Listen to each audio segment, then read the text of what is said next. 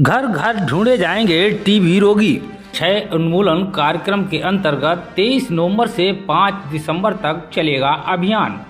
मुख्य चिकित्सा अधिकारी ने राष्ट्रीय क्षय उन्मूलन कार्यक्रम को सफल बनाए जाने के लिए एक प्रेस वार्ता आयोजित कर पत्रकारों को जानकारी दी है कि राष्ट्रीय क्षय उन्मूलन कार्यक्रम के अंतर्गत देश को टीबी मुक्त बनाने के उद्देश्य से 23 नवंबर से 5 दिसंबर 2023 तक समस्त जनपदों में एक अभियान चलाया जा रहा है, जिसके अंतर्गत स्वास्थ्य कर्मी संभावित क्षय रोगियों से ग्रसित व्यक्तियों को चिन्हित कर उन्हें नियमानुसार जाँच एवं उपचार उपलब्ध कराएंगे, जिसके लिए मुख्य रूप से अनाथालय, वृद्धाश्रम, नारी निकेतन, बाल संरक्षण गृह, मदरसा, नवोदय विद्यालय, कारागार एवं चिन्हित स्थल तथा सब्जी मंडी, फल मंडी, लेबर मार्केट, क्रेशर आदि स्थान पर विशेष रूप से अभियान चलाया जाएगा। उन्होंने बताया, जनपद में कुल जनसंख्या का 20% आबादी को एक्टिव केस फाइंडिंग के अंतर्गत चिन्हित कर टीबी मरीजों की खोज के उपरांत जांच एवं उपचार किया जाएगा। मुख्य चिकित्सा अधिकारी ने बताया, इसके लिए 288 टीमें लगाई गई हैं जो घर घर जाकर टीबी के मरीजों की स्क्रीनिंग करके उनको चिन्हित करेंगी। उन्होंने कहा, इस अभियान के लिए जनपद के समस्त ब्लॉकों पर एसीएफ का सामान भेजा जा चुका है और 21 नवंबर तक समस्त ब्लॉकों में कर्मियों की ट्रेनिंग पूर्ण कर ली जाएगी।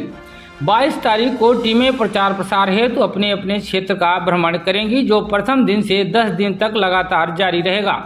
मुख्य चिकित्सा अधिकारी ने बताया कि शाहजहांपुर जनपद में 8815 रोगी खोजे गए हैं और उसमें से 4360 रोगी इलाज पर चल रहे हैं, वहीं 4455 रोगियों ने अपना इलाज पूर्ण कर लिया है।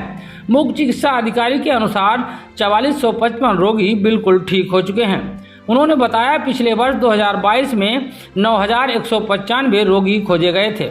उन्होंने कहा, जनपद में 6 treatment unit Jalalabad, Allahganj, DTC Tilhar, Puwayan एवं भावलखेड़ा सहित जनपद में 22 बलगम परीक्षण केंद्र हैं जो लगभग सभी ब्लॉकों पर स्थित हैं।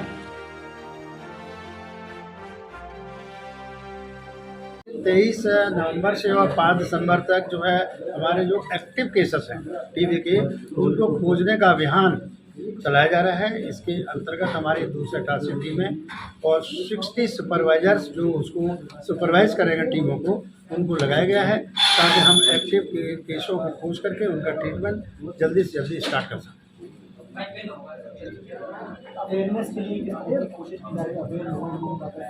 अवेयरनेस के लिए देखिए, सबसे इम्पोर्टेंट बात है, क्योंकि ये टीबी का जो इन्फेक्शन है वो ड्रॉपलेट के थ्रू होता है।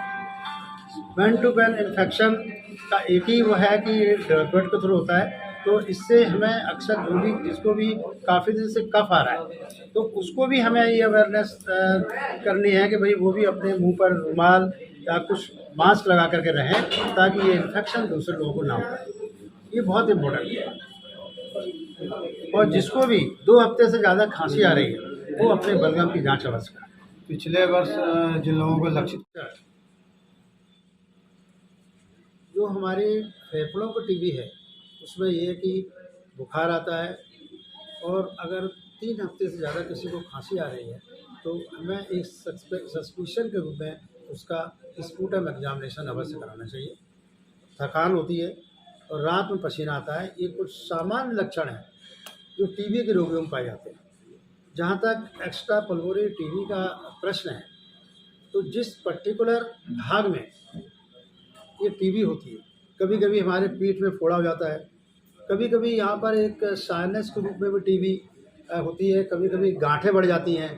तो उस स्थिति में जिस भाग में हम इसको सस्पेक्ट कर रहे हैं वहाँ की हम जांच कराते हैं। अगर कहीं गांठ बढ़ जाती है तो पहले हम नीडल के द्वारा उसको जांच कर सकते हैं। अगर उसमें भी डाउट हो रहा है तो हम कोई एक गांठ निकाल करके उसकी वापसी करा सकते हैं। उसके अलावा अब चूँकि ये टीबी का अभियान और डॉट्स का बहुत अच्छे से ये कार्यक्रम चल रहा है, तो मैं पिछले करीब 10 साल की मैं आपको ये बात बता सकता हूँ। जो हमारी पेट की टीबी थी, इंटेस्टाइन की टीबी है, तो काफ़ी संख्या में कम हो चुकी है। अब वो केसेस बहुत कम मिलते हैं इंटेस्टाइनल ट्यूबरकुलोसिस के। इसमें तो आप जब मरीज़ आपके पास आता है, उसी कंडीशन में हम उसका फिजिकल एग्जामिनेशन करके अल्ट्रासाउंड करा सकते हैं, एक्सरे करा सकते हैं, उससे इसकी जानकारी मिल सकती है। अगर किसी को टीबी कहीं फोड़ा होता है तो उसका पस निकाल के उसकी कल्चर सेंसिटिविटी कराते हैं, जाँच कराते हैं, उसके बाद उसका ट्रीटमेंट स्टार्ट करते हैं। ब्रेन का भी हमारे DTO साहब ने ब्रेन के बारे में बताया है।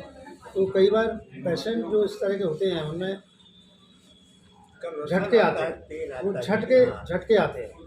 तो उस सिचुएशन में जब हम एक टीबी का एक सिस्ट होता है और वो अंदर होता है, बाद में फिर किसी को ट्रीटमेंट चला के मतलब जो है ठीक हो जाता है, किसी में ऑपरेशन भी करना पड़ सकता है। तो CT स्कैन से जो है जानकारी मिल जाती है उसकी। टीबी आपकी फेफड़े हो सकती है, टीबी पेट में हो सकती है, जॉइंट में हो सकती है और हिप जॉइंट में कंफर्टेबल ज़्यादा होता है। ठीक है, तो ये एक्स्ट्रा पल्मोनरी जब पेशेंट आता है उसी समय हम लोग ये तय करते हैं कि हमें क्या इन्वेस्टिगेशन इसमें करा के इस